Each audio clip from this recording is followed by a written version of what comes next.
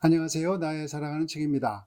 오늘은 C.S. 루이스의 순전한 기독교 2부의 글을 소개합니다. 2부의 글에서 루이스는 인간이 어떻게 망하게 되었고 예수님은 왜 이 땅에 오셔서 죽으셔야만 했고 다시 오실 예수님의 재림의 순간까지도 설명하면서 지금 어떻게 살아야 하는지를 묻고 있습니다. 기독교인들이 믿는 보편적 가치에 대해 말하는 루이스의 설명은 매우 탁월합니다. 선과 악은 동등한 것이 아니라 악이 선의 것을 훔쳐와 잘못 사용했기에 악이 된다고 설명하면서 세상이 왜 이 지경이 되었는지 설명합니다. 그런데 그리스도와 함께 십자가에서 연합해 죽는다는 복음의 본질은 여러 가지 다른 말로 표현합니다. 자칫 어려울 수도 있고 알듯 말듯 보일 수도 있습니다. 십자가에서 연합하는 실제를 모른다면 다른 것을 아무리 잘 이해한다고 해도 우리 영혼에 가장 유익이 되는 것을 놓치는 것이 됩니다. 최근 제 일상에서 일어난 십자가 연합의 일화 하나를 말씀드리겠습니다. 제가 회사를 안 나간다고 쉬고 있으니까 월급이 줄었습니다. 수입이 줄었다는 것을 온 가족들이 다 압니다. 그런데 대학생 딸과 고등학생 아들이 지난달 쓴 돈이 반 이상으로 줄었습니다. 제가 쓰지 말라고 한 것이 아닌데 알아서 절약하는 것 같습니다. 기특하다고 해야 할 부분입니다. 그런데 그때 제 마음속으로 쑥 올라오는 생각 하나가 있습니다. 그냥 돈을 다시 많이 벌까? 돈 벌 수 있는 것은 다 할까? 그래서 아들, 딸과 아내가 마음껏 돈을 쓰게 할까? 이런 생각입니다. 왜 이런 생각이 순간적으로 들어올까요? 가장 큰 이유는 제 마음에서 딸과 아들이 그만큼 소중하기 때문입니다. 아들, 딸이 제 마음에 살이 되어 있기 때문입니다. 예수님이 1순위가 아니라는 뜻입니다. 그러나 십자가 연합이라는 것은 예수님과 함께 연합해 저 죽음 너머의 것을 소망하고 소원하고 실제로 하늘을 기뻐하는 삶입니다. 그래서 예수님께 기도합니다. 하나님, 아들, 딸, 아내가 살된 제 마음을 돌이킵니다. 예수님과 연합하는 기쁨을 자녀들도 알게 해주세요. 예수님. 길어야 80년, 90년 사는 이 땅의 시간을 위해 제 에너지를 탕진하고 싶지는 않습니다. 예수님, 저희 가족이 비천해도 풍요해도 오직 예수님 때문에 기뻐하는 가족이 될 수 있게 해주세요. 세상 가치를 위해 온 힘을 쓰고 싶지 않습니다. 예수님. 그렇게 기도하고 다시 예수님 안에 있도록 하는 것이 십자가 연합을 향하는 시간입니다. 가족이 다 같이 밥 먹는 시간을 통해 자족하고 행복한 시간을 다시 누릴 수 있었습니다. 십자가 연합은 일상에서 이루어져야 합니다. 복음의 진수가 담긴 2부에 그래서 복음의 핵심만을 추려봤습니다. 잘 이해가 안 가는 문장을 만나면 잠시 멈춰서 생각해 보셔도 괜찮을 것 같습니다. 2부, 그리스도인은 무엇을 믿는가? 기독교는 하나님이 만드신 이 세상에서 너무나도 많은 것들이 잘못되어 버렸으며 하나님은 우리에게 그것들을 다시 바로 잡을 것을 명하신다고, 그것도 아주 큰 소리로 명하신다고 믿습니다. 하나님을 반대하는 저의 논거는 세상이 너무 잔인하고 불의하다는 데 있었습니다. 그렇다면 저는 정인이 불인이 하는 개념을 어떻게 갖게 된 것일까요? 만일 인간에게 직선의 개념이 없다면 구분선이라는 개념도 없을 것입니다. 눈에 보이는 것이 하나부터 10까지 악하고 무의미하기만 하다면 그 일부인 제가 어떻게 거기에 대해 그토록 격렬하게 반발할 수 있습니까? 우주 전체에 정말 아무 의미가 없다면 우주에 의미가 없다는 그 생각 자체를 아예 하지 못했을 것입니다. 돈이나 권력이나 안전은 일정한 범위를 벗어나지 않는 한 전부 선한 것들입니다. 그릇된 수단을 동원해서 그릇된 방법으로 너무 많이 추구할 때 악이 되는 것이죠. 선은 선 그 자체입니다. 그러나 악은 선이 부패한 것에 지나지 않습니다. 뭔가 부패했다는 것은 처음에는 좋은 것이 있었다는 뜻입니다. 악한 힘이 악해지려면 먼저 선한 것을 원하고 그 다음에 잘못된 방식으로 그것을 추구해야 합니다. 악해지기 위해서는 적의 것을 빌려오거나 훔쳐와야 한다는 것입니다. 기독교가 악마를 타락한 천사라고 말해온 이유를 알 수 있을 것 같지 않습니까? 이것은 악이 원형이 아니라 원형에 기생하는 것임을 깊이 인식한 데서 나온 말입니다. 기독교는 어두운 권세 역시 하나님이 창조하신 존재로서 본래는 선하게 창조되었으나 후에 악하게 변한 존재로 생각한다는 점에서 이원론과 구별됩니다. 우주가 전쟁 중이라는 견해에서는 기독교는 이원론에 동의합니다. 그러나 이 전쟁을 두 독립적인 권세들 간에 일어나는 일로 생각하지는 않습니다. 기독교는 이 전쟁을 일종의 내란 내지는 반란으로 생각합니다. 적들의 점령 지역, 이것이 현재 이 세상의 모습입니다. 기독교는 합법적인 왕이 이를테면 변장을 한 채 어떻게 이 지역에 상륙했는가에 관한 이야기로서 우리 또한 이 거대한 파괴 작전에 참여할 것을 요구합니다. 교회에 가면 동지들의 비밀 무전을 들을 수 있습니다. 그렇기 때문에 적들이 우리를 교회에 못 나가게 하려고 그토록 노심초사하는 것입니다. 적은 이 일을 위해 우리의 자만과 게으름과 지적 허영을 이용하고 있습니다.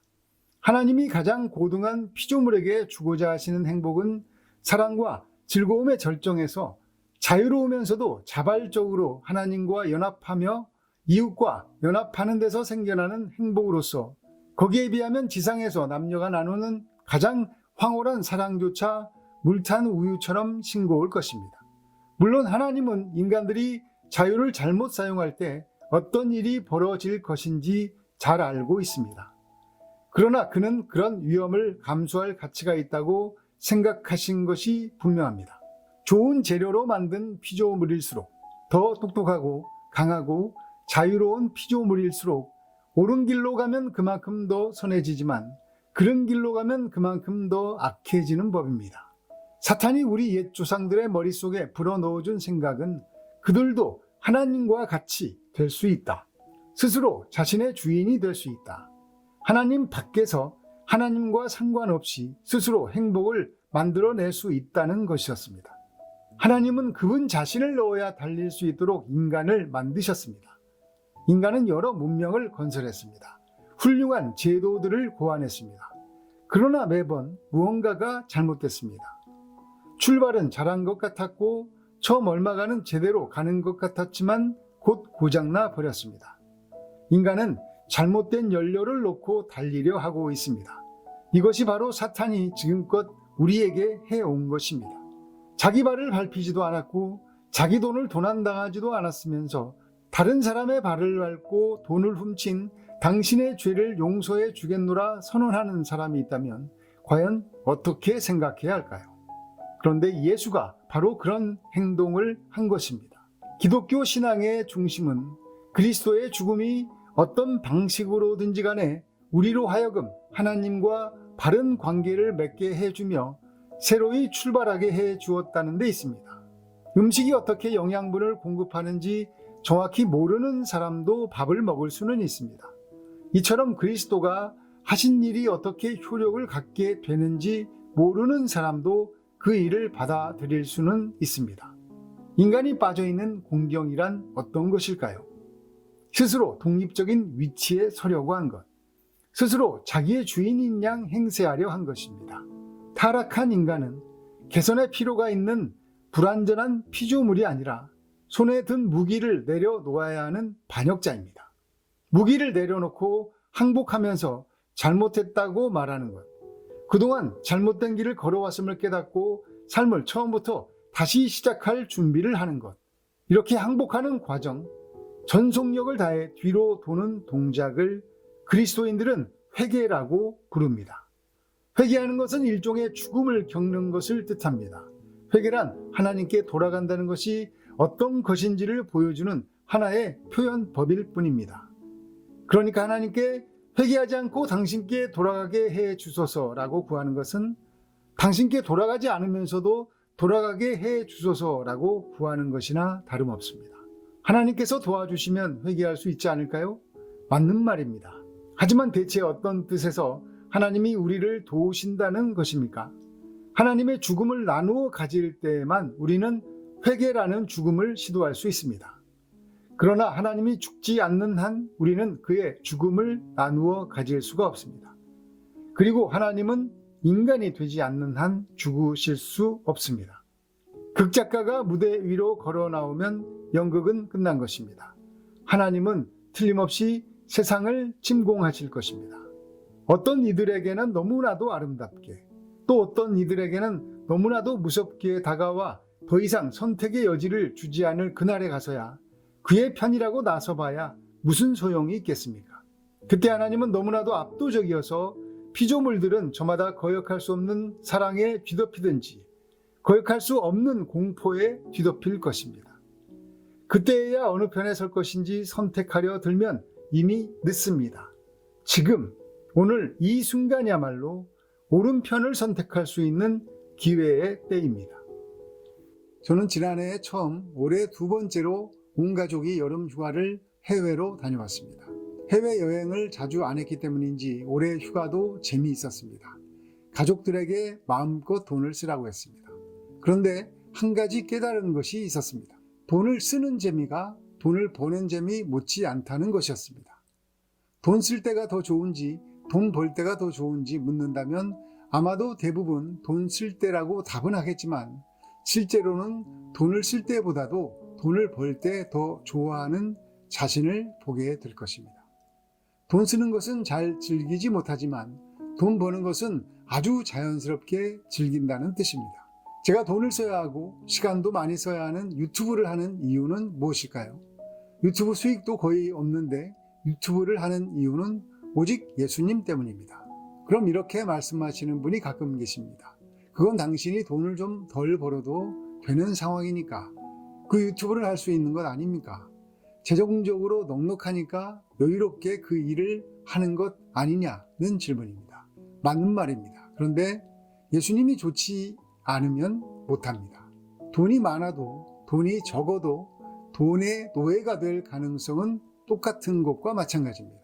돈이 별로 없다고 해도 마음에 이미 돈이 가득하면 돈이 그 사람을 이끌고 가지 않습니까? 유튜브를 할 때 제가 어떤 말을 하면 좋아하는데 그 말 대신에 사람들이 듣기 싫어할 수 있는 말을 할 때가 있습니다. 동영상도 마찬가지입니다.